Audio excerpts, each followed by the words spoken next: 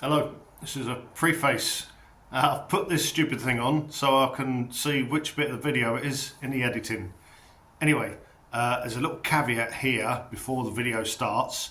I do go into a bit of a rant about modifications, and you do what you want to do to your bike. As long as you're having fun and you're enjoying what you're doing, that's brilliant, that's fine by me. It's just my personal thing. I don't like a lot of the mods that are done, but other people can do whatever they like, and peace and love to you, and just enjoy yourself and have fun. Anyway, on to the actual video. Hello, just bring you back, just out and about on the little CRF, and it's raining. Well, it's always raining. 2024 in England, it just rains every day pretty much. Anyway, so I'm out on the CRF. I've stopped in Redbourne under a big tree to do a little video, and literally it was silent when I came here, not a soul around. As soon as I parked up, took my helmet off, everybody in the world came out of the pub and the shop. There's currently a Subaru Impreza doing 150 decibels. It just come through here, nearly deafened me, and I can still hear it. It's probably 3 miles away by now. So yeah, good fun. That's nice rural countryside living for you. Anyway, let's. I can still hear it. I can still... Oh, good. Anyway, I'm going to pause now, turn the camera around, and we'll just talk about the bike. Right then, the crf250l. L just means legal. Not really much to tell you about it. It's a 250cc enduro bike. It's fairly decent on-road, fairly decent off-road. Not spectacular at either. It is by no means fast. If you want a fast bike, get yourself an Africa Twin or a crf450. Yeah, it is not fast, but that's not the point.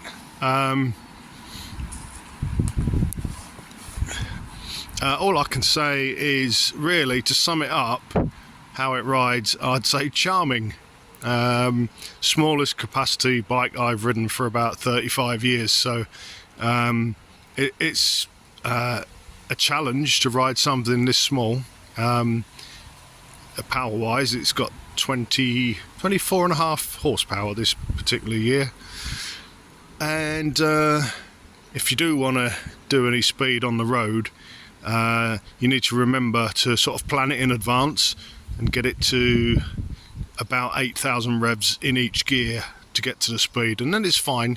It will sit at 70 quite happy. It's doing it's quite funny, it's doing 5,000 revs at 50, 6,000 revs at 60, 7,000 revs at 70-ish, and that's as fast as I've gone on it. I don't think there's any point in trying to get the 80 mile an hour out of it that other people do, because that's not what it's for. Anyway, I've been having a little tinker with it as usual, just to make it suit me. It's very, very much stock. No real modifications on it, other than the little rack on the back, which is handy, quite nice. That's good. I probably would have put a little rack on it anyway, and I'll get myself either a cargo net or a small tail bag that can be strapped onto the rack. So the rack, approve of that, no problem. It did have heated grips on, Oxford heated grips. I took them off, not because I don't like them, they're fine, but they were really, really badly fitted, and whoever fitted them would chop the ends off them to put handguards on. The wiring was absolutely atrocious, and bearing in mind they look brand new. They're the modern ones where the wires go straight to the battery. So somebody had really made a bad job, so I took them off, put standard grips on. The handguards, bark busters, good idea on these, and I will get some. It's a shame they don't come with them as standard, and yeah, I will get some, but I will get some that fit it. The ones that were on it, they just didn't fit. They were interfering with the controls, so I've taken them off, binned them. They weren't even really salvageable, so I'll find some that actually work with the bike, because that's the one thing accessory wise. No, it's not the two things, because that's one. Another thing accessory wise that I would have on this, because I do a little bit of like light off-roading, little green laney stuff. And the other thing is, if you do drop it, which I'm sure I will, especially on the green lanes, it does what it does. That's the job. It's still running its standard factory tyres. They're not branded, apart from it says IRC. You know what, I thought that said HRC. I thought it was like Honda's collaboration with it's actually IRC.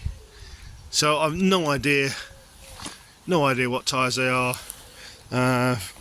Feel fine. And you know what, the bike's only got just over 1,300 miles on it, so I am not going to go changing some brand new tyres as yet. It's got plenty of scuffs all over it on the plastics. It's definitely been used. Most of that 1,300 miles, I think, has been off-road, and which is, you know, it's fine. That's what it's for. So it's got loads and loads of little scratches all over the plastics. You can't see it from 3 or 4 feet away. It looks nice, but these plastics are really, really cheap. The genuine Honda ones, they're like £16, £23, £27, £16, whatever, 30-40 quid from Mudguy. They really are so cheap, it's not worth worrying about. And I'm sure the more light off-roading and green laning I do, the more scuffs and scratches it's going to get on it, because that's what it's for. That's why I got it. Right, let's turn you back round. Don't think there's anything else I can tell you about it. It's a crf250. It's got shower suspension upside down on the front, and the sort of basic monoshock on the back. Oh, that was one thing. When I got it, I can't show you because you literally cannot see it at all. The preload is the only adjustment on the back of these. You know, the two collars on the top of the spring around the damper. So that's the only adjustment you've got. The last rider must have been 7 foot tall, because it had been adjusted all the way right to its the stiffest and highest point on the suspension, which is fine. That probably suited the last person who had it. Not for me, because I've got short legs. It's quite a tall bike. It's 35 inches, I think, the seat height. It does sag quite a bit, especially when you put 16 stone on it, plus equipment and gear. So I've adjusted it all the way back down to the stock setting, which is basically all the way off, and then I've put about 5mm of preload into it. Because I was really struggling to get in there to adjust it, and I couldn't get the last 5mm out of it, and B, it's nice to have a good few threads on the lock ring at the top, just for peace of mind. And it feels fine, feels absolutely fine. It's very soft. It's naturally soft front and rear anyway, so on the road it's very soft. Off the road it's very soft as well. So, but I'm not finding it a problem at all. I will turn it around now, because it's probably boring you to death listening and looking at the same thing. So yeah, it's stock apart from the rack at the moment. Yeah. So why did I get rid of the F650 GS or buy this? Well, trade it in. F650 GS was absolutely perfect. Love that little bike. It's brilliant. That was a downsize for me from all the sort of 1300cc great big behemoth things I've had before. My health dictated that I needed a smaller bike, so I got the F650 on the recommendation of my mate Swampy at work, and he was absolutely spot on, and it was a brilliant bike. I kept it for pretty much a year to the day, and I would recommend one of those to anyone. Great bike. But I found myself going shorter and shorter distances on the road and more little trips off-road. When I say off-road, again, you know, mild off-road, sort of green laney byways type places.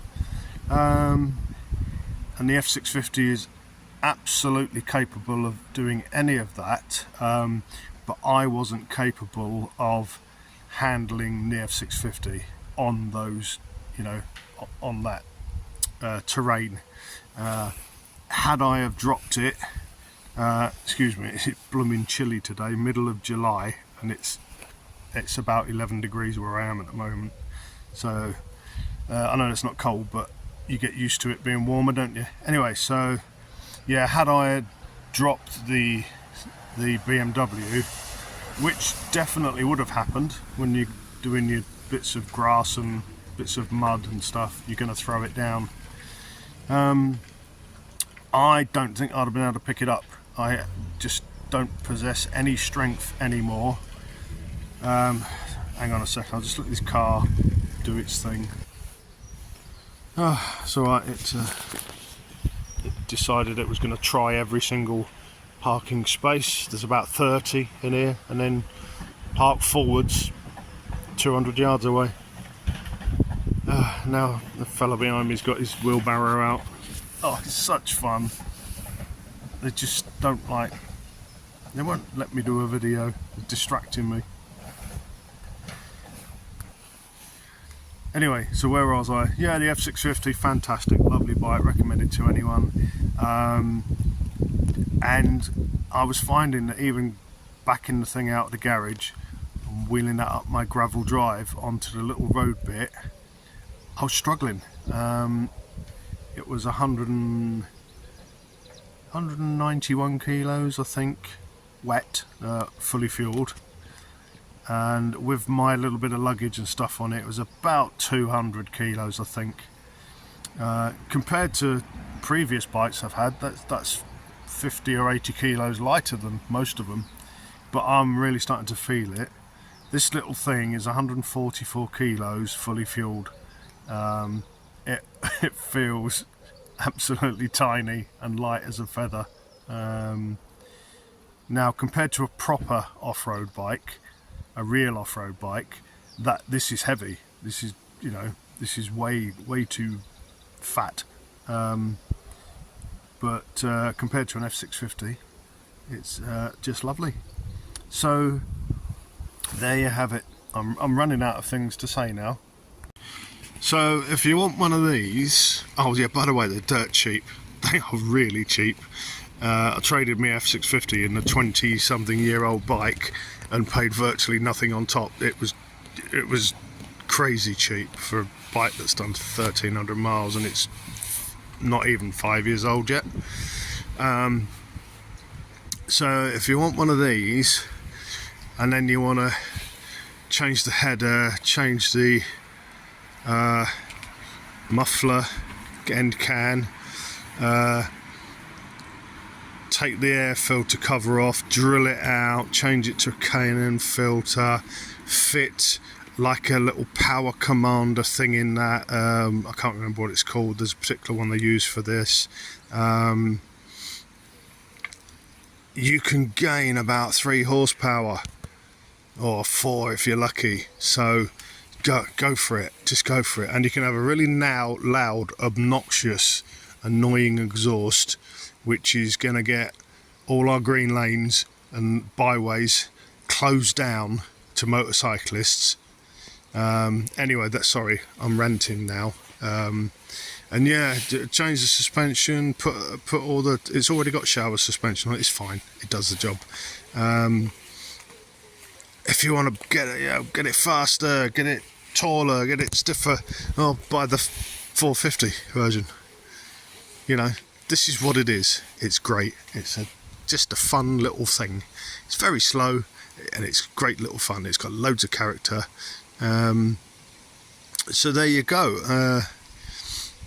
Hopefully I won't be tempted to do any more mods on it. Anything that I do put on it will just be purely for practicality. Handguards or bark busters. I can't think of anything else. Oh yeah, tail pack or cargo net. That's it. I like it. It's quiet. It's sedate. It's serene. It's happy.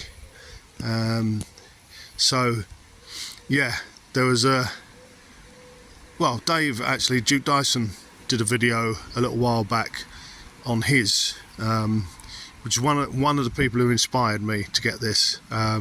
Dave did a video, and after however, a couple of years, whatever, owning it, he listed the reasons why he just kept his stock. He didn't change it. It's fine. It's great. Chris from Bikeovation had one. He's not got it anymore, but he had one for a while as well. And those two, particularly those two, because I watch all their videos, they're good friends, we always chat. They both inspired me to have a go, get it, and I'm thankful for the pair of them. So out of all the other videos, on this are how to modify it and gain a massive 3 horsepower. So I will try to be one of the very, very few that do videos on this, just how it is. Right, I'm really waffling. Okay, sorry about the portrait landscape thing. I'm just not very good. Thanks for listening to, I don't know how long this is. I'll go back home and edit it and upload it. Yeah, thanks for listening, and thanks for all your lovely comments. It's always an absolute pleasure talking to you lot, sorry, you lovely people. Anyway, I'm having so much fun today. I'm gonna go and have a more of a ride. So I will see you soon. Peace and love. I've been Springy. Again, as is quite often, in Redbourne. Trying to find a pretty bit. There you go, there's the pretty bit. See you later. Peace and love.